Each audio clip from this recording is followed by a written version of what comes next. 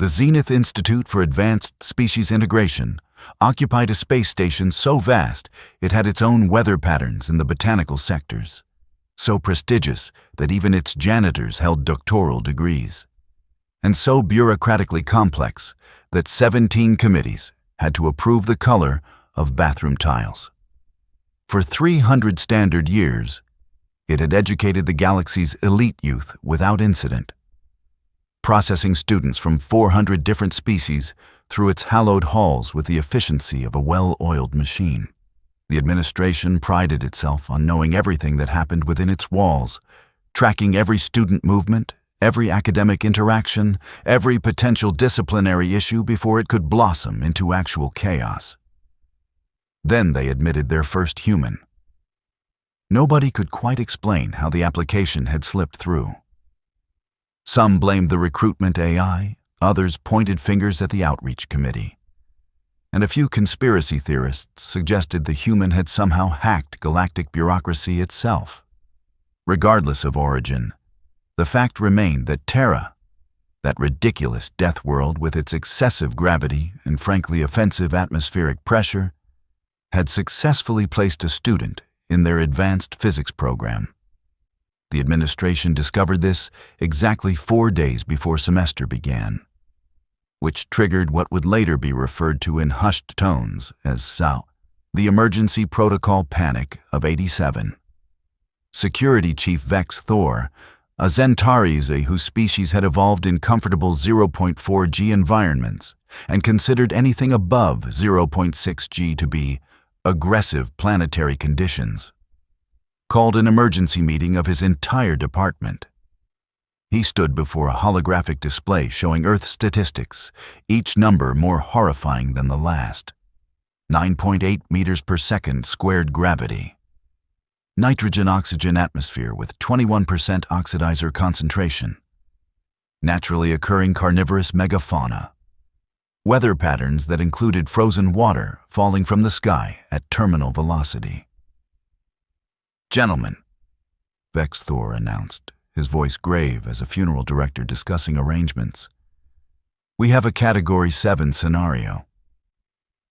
The assembled security officers, representing a dozen species unified in their comfortable existence, stared at the statistics with mounting horror. One of them, a floating jellyfish-like being named Quillmesh, pulsed an unhealthy shade of chartreuse. "The human will be monitored at all times," Vex Thor continued, pulling up surveillance specifications that would make privacy advocates weep. "I want camera coverage from every angle, motion tracking, biometric monitoring, predictive behavior algorithms. If this Deathworlder so much as sneezes with excessive force, I want 17 documented angles and a full medical team on standby."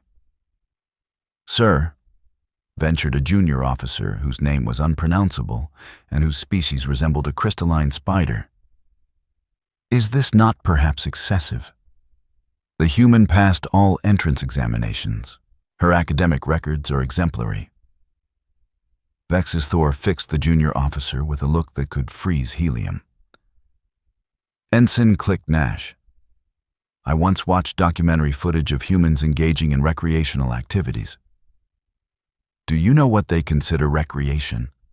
Throwing themselves from aircraft, sliding down mountains on wooden planks, fighting each other in rings while other humans watch and cheer. They base jump Click Nash for fun." The meeting concluded with 17 new surveillance protocols, 43 additional camera installations, and a medical team on permanent standby. The Zenith Institute security system, already sophisticated enough to track individual dust particles through 3 kilometers of corridor, received upgrades that consumed half the annual discretionary budget. Vex Thor surveyed his domain with satisfaction. Nothing would escape his notice. Nothing could possibly go wrong. The human arrived on a Tuesday, carrying a single backpack that probably weighed more than half the security team combined, moving through the station's carefully calibrated 0.6 G standard environment with the casual ease of someone walking through syrup. She checked in at administration, submitted her biometric data without complaint, and asked exactly 3 questions. Where was her dormitory? When did classes start? And did the cafeteria have coffee? The intake coordinator, a multi-limbed being named Thessera, who had processed thousands of students, found herself unnerved by how aggressively normal the human appeared. 2 arms, 2 legs, bilateral symmetry, a smile that showed slightly too many teeth. Nothing about her seemed particularly threatening, which somehow made her more threatening. Your class schedule has been uploaded to your datapad, Thessera explained, her primary manipulator appendages twitching slightly. You'll find the campus map integrated with wayfinding protocols. The observation protocol requires that you wear this monitoring bracelet at all times. Standard procedure for high classification species. The human examined the bracelet with curiosity rather than offense. High classification? Deathworld natives require additional safety monitoring for your protection and others. Thessera's practiced bureaucratic smile could have won awards. Makes sense, the human agreed cheerfully, snapping the bracelet onto her wrist. Earth does have a bit of a reputation. A bit of a reputation. As if bit of a reputation adequately described a planet where the oceans had weather, and the weather had seasons, and the seasons could kill you. Thessera watched the human walk away, moving with that peculiar Deathworlder grace that suggested coiled springs and loaded weapons, and wondered if perhaps her retirement plan needed acceleration. The first camera failure occurred during Introduction to Quantum Mechanics, a course taught by Professor Quinless, a being of pure energy contained in a magnetic field who had never encountered a physics problem he couldn't solve. The lecture hall seated 200 students of varying species, atmosphere requirements, and dimensional orientations. The humans sat in the standard oxygen breather section, taking notes on an actual physical notebook with an actual physical writing implement, which marked her as either charmingly retro or deeply suspicious. Professor Quinless had reached the section on relativistic mechanics when he made the fatal mistake of asking for practical examples. Surely, he intoned, his voice resonating from speakers positioned throughout the hall. You all understand these principles from daily life. The acceleration you experience, the force calculations for simple movement. The human raised her hand. Several nearby students shifted nervously. Yes, the Terran student. These calculations assume standard galactic gravity of 0.6 g, correct? Indeed, the comfortable norm for most civilized species. The human nodded thoughtfully, tapping her stylus against her notebook. Right. So, back home we call 0.6 pleasant weather for jogging. The calculations shift pretty significantly at 9.8 g. The lecture hall fell silent, except for the soft humming of life support systems. Professor Quinless flickered uncertainly, his energy field pulsing through several colors that roughly translated to computing error. You're suggesting, he said slowly, that you experienced nearly 10 standard gravities as normal conditions? Yeah, it's honestly pretty nice once you're used to it. Although I have to admit, the station's lower G is making me a bit lazy. I actually had to set alarms to remind myself to exercise. A crystalline student 3 rows back made a sound like wind chimes falling downstairs. Another student, a methane breather in an environmental suit, began hyperventilating, which created frost patterns on his faceplate. Professor Quinless, drawing on 300 years of academic experience, decided to move forward. Perhaps a practical demonstration would help. We'll calculate the force required for you to lift this standard mass. He gestured at a 50-kilogram calibration weight. In station gravity, this should require approximately 300 newtons of force, a comfortable lift for most species here. The human walked to the demonstration area, where 17 cameras tracked her movement with paranoid precision. She examined the weight, tested its handles, and lifted it overhead with one hand while checking her datapad with the other. "Sorry, Professor. Could you repeat the reading from slide 47? I missed it." That was when camera array 7 through 19 simultaneously developed what the after-action report would diplomatically term unexpected optical failures. The footage showed the human approaching the weight, showed her bending down to grasp it, and then showed 17 simultaneous screens of static, lens cracks, and error messages. The audio continued working perfectly, capturing the gasps of 200 students and Professor Quinless's stammered attempts to continue the lecture. In the security office, Vexus Thor watched the feeds die one by one and felt something he hadn't experienced in 40 years of service: actual worry. By the end of the first week, the IT department had logged 237 camera malfunctions, every single one occurring within 3 meters of the human student. The pattern was undeniable and completely inexplicable. Cameras would function perfectly until she moved too quickly, lifted something too heavy, or demonstrated any physical capability that violated galactic norms. Then lenses would crack, circuits would fry, or the footage would corrupt into digital nonsense. "It has to be sabotage," insisted Vexus Thor during the emergency meeting he'd called with IT, administration, and academic affairs. Some kind of electromagnetic pulse device, localized signal jamming, quantum disruption field.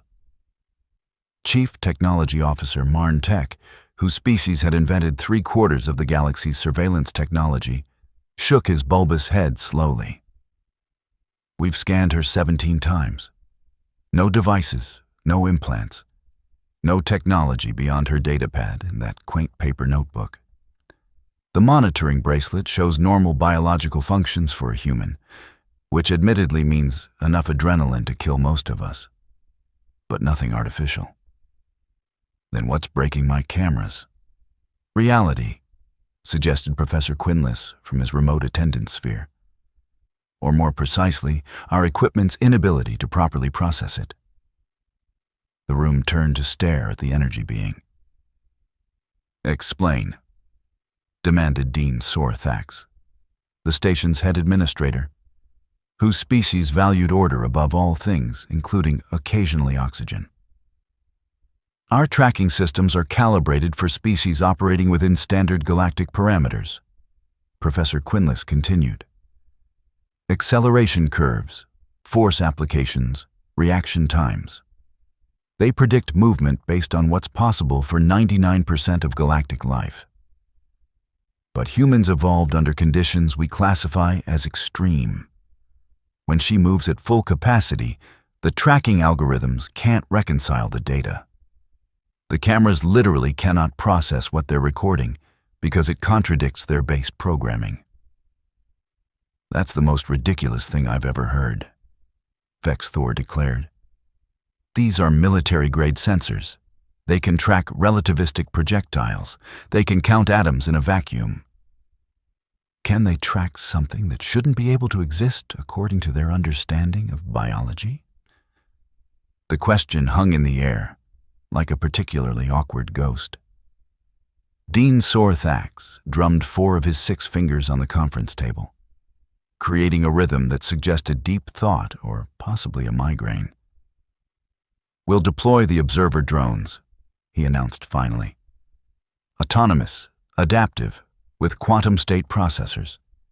If they can track shuttlecraft through hyperspace, they can certainly track one Deathworlder through a classroom." The observer drones represented the cutting edge of surveillance technology, each unit costing more than most species' annual salaries. They floated with anti-grav precision, adjusted their sensors in real time, and had enough processing power to model weather patterns on gas giants. 30 of them were deployed across the campus, with special concentration around the humans' classes, dormitory, and frequent travel routes. Vexithor watched them initialize with deep satisfaction. Finally, proper tools for a proper job. The drones began their patrol patterns, moving with mechanical grace through corridors and lecture halls. Students grew accustomed to the floating spheres. Security staff monitored their feeds with confidence, and for exactly 4 days, everything worked perfectly. Then came combat fundamentals, a required course teaching basic self-defense techniques to all students. The instructor was Corval, a Thrinaxian warrior whose species had conquered 12 systems before discovering diplomacy and deciding to channel their aggressive tendencies into teaching. He stood 2.4 meters tall, possessed 4 arms ending in clawed manipulators, and had a skeletal structure reinforced with natural metallic compounds. His homeworld boasted a gravity of 0.6 standard, which he considered proper warrior conditions. The human arrived at the gymnasium wearing what she called workout clothes, which seemed to consist of flexible fabric that probably cost less than a sandwich. Other students wore protective gear, reinforced suits, or in some cases, full body armor. She wore shoes, shorts, and a shirt, with text reading, "Earth, you'll never leave alive," which several students assumed was the name of an educational institution. "Welcome," Corval announced, his voice echoing through the gymnasium. "Today we practice basic grappling techniques, proper leverage, escape protocols, defensive positioning. We will start with demonstrations." He gestured at a practice dummy calibrated to standard galactic resistance. "Observe. To escape a hold, you redirect your opponent's force against their momentum." He demonstrated a technique that involved complicated twisting and a lot of technical terminology. "Now, we practice with partners. Human student, you will work with me. I want to assess your baseline capabilities." The gymnasium, which could hold 300 students comfortably, suddenly felt very small and very quiet. 20 observer drones repositioned themselves for optimal coverage. Backup cameras along the walls activated. Remote medical teams received standby alerts. Somewhere in the security office, Vexithor leaned forward with the intensity of a predator watching prey. The human stepped onto the practice mat, rolling her shoulders with audible pops that made several students flinch. "Just to confirm, Professor Corval, you want me to actually try to escape your holds?" "Yes, of course. Use full effort. I assure you, I am quite durable. My species has trained warriors for 30 generations." "Okay, just checking. Sometimes people say full effort, but they mean reasonable effort, and there's a pretty big difference." Corval laughed, a sound like grinding stones. "I appreciate your concern, but I have trained thousands of students. I have fought in actual combat. I assure you, little human, you cannot hurt me." Later, when reviewing what little footage survived, analysts would point to this moment as the critical error in judgment, or when Corval chose violence, or occasionally just, "Oh no." The instructor moved with the confidence of someone who had never encountered actual resistance, securing the human in what Thrinaxian combat doctrine called the unbreakable mountain grip. It involved all 4 arms, significant leverage, and theoretically made escape impossible for anything weaker than a cargo loader. "Now," he began, preparing to explain the technical aspects to the class, "you see how the position controls all major muscle groups and—" The human moved.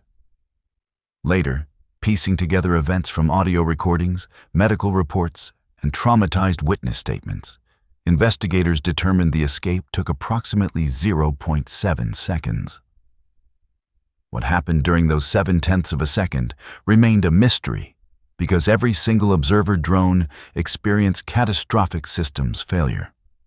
Not gradual malfunction, not processing errors, catastrophic failure. 20 surveillance drones, state-of-the-art technology, combined cost equivalent to a small orbital station, fell from the sky like mechanical rain. The wall-mounted cameras fared no better. 17 lenses cracked simultaneously. The audio kept working, capturing the sound of something moving very fast. Corval's ascending exclamation of surprise, a dull thud, and then the human's voice saying, "Oh shoot, are you okay? I might have overdone the hip toss." When the backup systems finally kicked in and visual coverage resumed, the scene showed Corval lying on the practice mat, all four arms spread out, staring at the ceiling with the expression of someone fundamentally re-evaluating life choices. The human knelt beside him, looking genuinely concerned, while other students maintained a careful distance that suggested both awe and terror. "I probably should have mentioned," she said apologetically. "Earth's gravity means we build muscle density a bit differently. And our martial arts evolved dealing with, other humans, who are also built for 9.8 G. I really didn't mean to throw you that hard." Corval blinked slowly. "What?" he said, his voice lacking its usual boom. "Is your planet's standard training weight?" "For combat practice.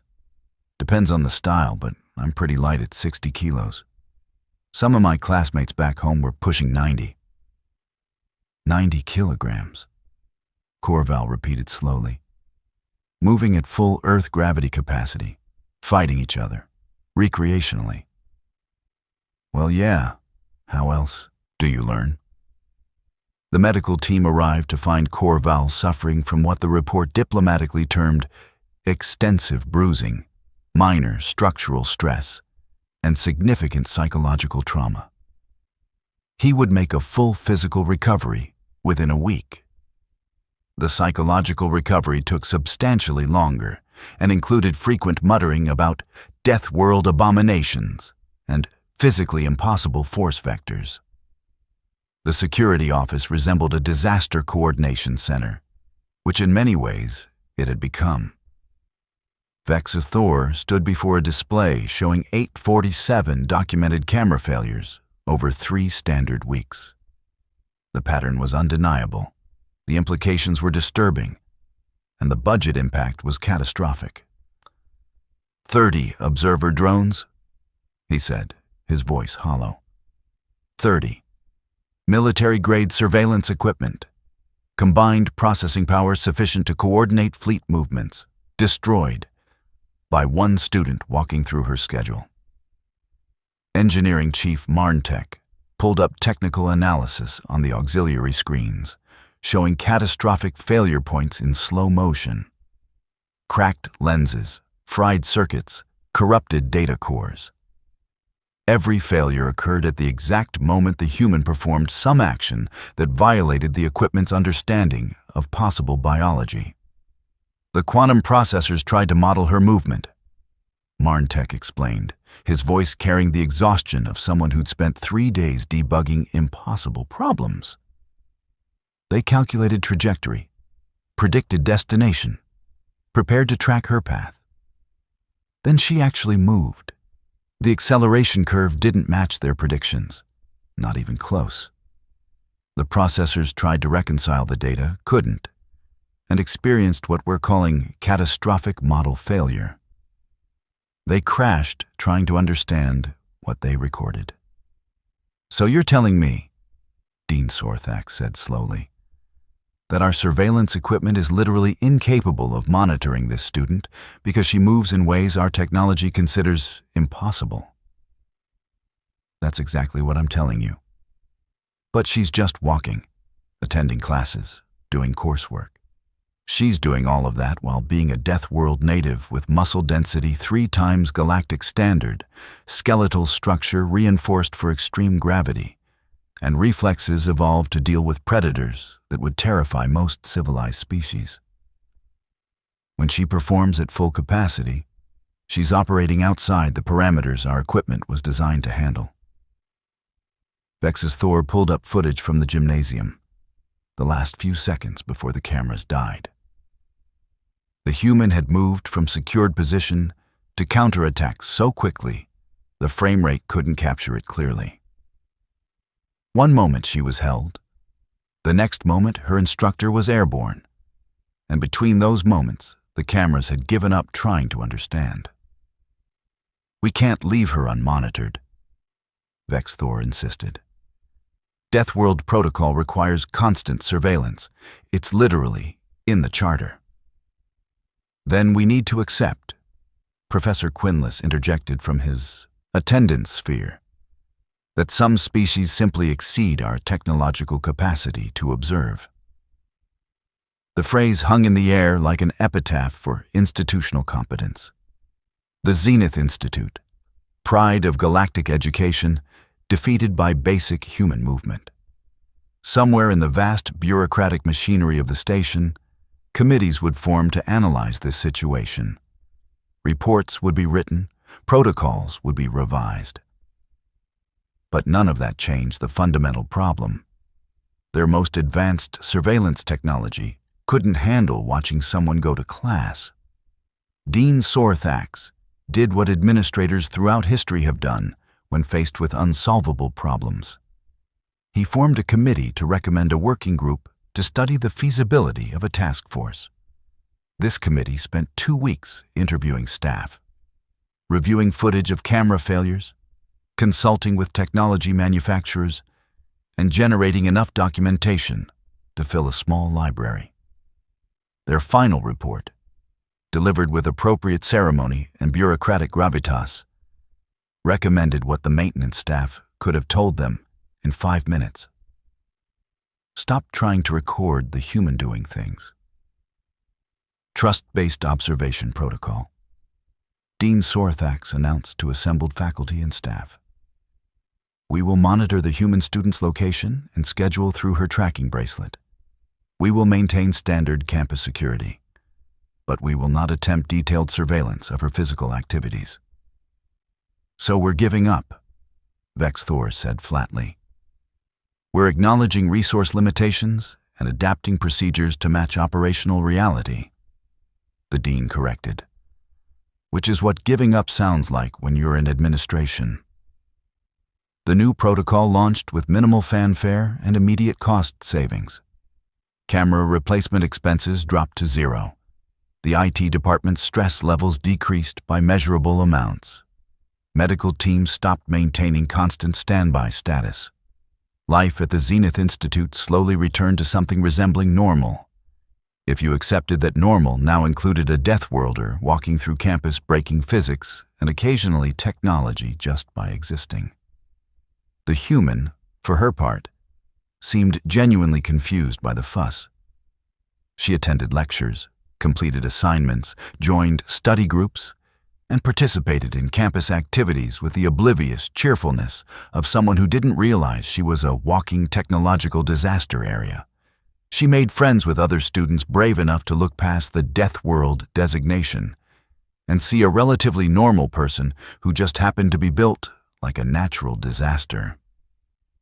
"I don't get it," she mentioned to her study group one evening while reviewing quantum mechanics in the library. "Back home, I'm pretty average, maybe slightly below average athletically. I didn't even make the competitive sports teams." Her study partners, including a methane breather, 2 crystalline beings, and something that resembled a floating plant, stared at her with expressions ranging from disbelief to existential crisis. "You're telling us," said Thrensis, one of the crystalline students, "that there are humans stronger than you?" "Oh yeah, way stronger. Olympic athletes, special forces, competitive fighters.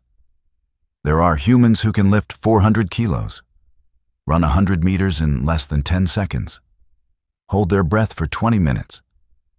I'm honestly kind of a wimp by Earth standards." The study group sat in silence, contemplating a universe where this relatively small, apparently fragile being qualified as kind of a wimp. Somewhere in the galactic collective consciousness, several species simultaneously reconsidered their expansion plans in the direction of Earth's spiral arm. The semester continued with minimal additional chaos. The human excelled in her classes, particularly physics, where her instinctive understanding of higher gravity mechanics gave her advantages in problem solving. She struggled slightly with chemistry, mainly because Earth's periodic table included several elements other species had never encountered in nature and considered mythological. She made Dean's List by midterms, joined the Xenobiology Club, and completely accidentally started a campus-wide fitness trend when other students tried to match her light exercise routine and discovered new respect for physical conditioning. Camera failures continued, but at reduced rates, mainly because the security team had learned to simply turn off surveillance equipment when the human approached.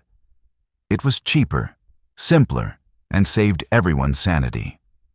Vexus Thor eventually accepted this new reality with the resignation of a perfectionist forced to acknowledge imperfect solutions. He kept his job, mostly because finding someone else willing to manage security for a Deathworlder seemed unlikely. The semester ended with final examinations, which the human passed with distinction, and a closing ceremony celebrating academic achievement across species. Dean Sorthax presented awards, gave speeches about unity and learning, and carefully avoided mentioning the six-figure budget overrun from surveillance equipment failures. The human stood with her graduating class, accepting her certificate of completion, smiling with that slightly too many teeth expression that had terrified the intake coordinator months ago. She posed for photographs, which worked fine as long as she stood still. She said goodbye to friends and promised to return next semester. And as she walked through the main corridor one final time, heading toward the shuttle bay with her single backpack and cheerful demeanor, Camera Array 47 developed a lens crack for absolutely no reason whatsoever. She wasn't running. She wasn't lifting anything. She was just walking, moving with that peculiar Deathworlder grace that suggested coiled power and casual apocalypse. In the security office, Vexus Thor watched the camera die and didn't even bother filing a report. He simply marked it for replacement, added it to the maintenance schedule, and updated his personal log with a single note. Camera 47 failed. Standard human proximity malfunction expected. Will occur again. The Zenith Institute for Advanced Species Integration had learned an important lesson that semester, one that would shape policy for generations. Some species simply existed outside the boundaries of comfortable observation. You could build better cameras, deploy smarter drones, improve processing algorithms. But at the end of the day, being built for 9.8 G acceleration in a universe standardized to 0.6 G was going to break things. Not through malice, not through intent, but simply by being what evolution made them. And if that being came from a planet where the weather could kill you, the animals could kill you, the plants could kill you, and sometimes the water fell from the sky hard enough to hurt, well, perhaps the wisest response was to stop trying to catch them on camera and just accept that some things exceeded your technology's capacity to understand. The human boarded her shuttle home, probably excited to experience real gravity again. The station continued spinning in its designated orbit, processing students from hundreds of worlds, maintaining its reputation for academic excellence. The security team replaced Camera 47, knowing it would probably break again next semester. And somewhere in the vast database of institutional knowledge, a note was added to the human's file. Surveillance inadvisable. Cameras cannot withstand proximity to subject. Trust-based protocol recommended. May God have mercy on any species that tries to invade Earth. Dean Sorthax reviewed the semester's final reports in his office, noting with satisfaction that despite the chaos, the human had been an excellent student. Her grades were exemplary, her conduct appropriate, her contributions to campus life positive. The only problem had been the minor detail of her breaking every surveillance system designed to monitor her. He pulled up Earth's file in the Galactic database, reading through entries about gravity, atmosphere, native species, and evolutionary pressures. Each paragraph was more horrifying than the last. Each statistic suggested a world that viewed survival as a competitive sport. And this was the planet producing their students now. This was the species asking politely to join galactic civilization. Sorthax typed a note into the institutional knowledge base. Earth humans make excellent students.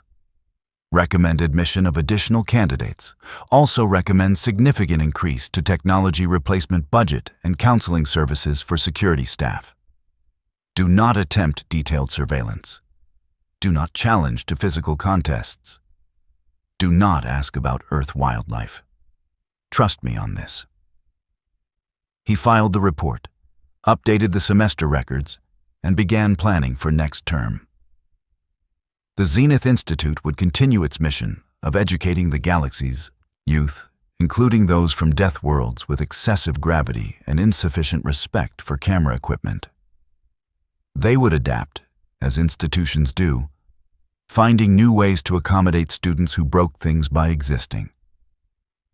And when the human returned next semester, probably bringing friends because humans apparently traveled in groups like pack predators, the cameras would break again. The security team would sigh. The IT department would order more replacement parts. And everyone would collectively remember that the universe was large, strange, and occasionally included species that considered 9.8 G pleasant weather for jogging. Some lessons, Sorthax reflected, you learned from books. Others you learned from experience. And a few you learned from watching your entire surveillance infrastructure collapse because someone from Earth decided to attend your university. He shut down his terminal, turned off his office lights, and walked through corridors monitored by cameras that would probably break tomorrow. Such was life at the galaxy's most prestigious educational institution, where knowledge bridged the stars and humans broke the cameras. Somewhere in the distance, Camera Array 12 developed a suspicious crack. Nobody bothered investigating. They knew exactly what caused it, even if understanding why remained beyond their technological capacity to process. The galaxy kept spinning.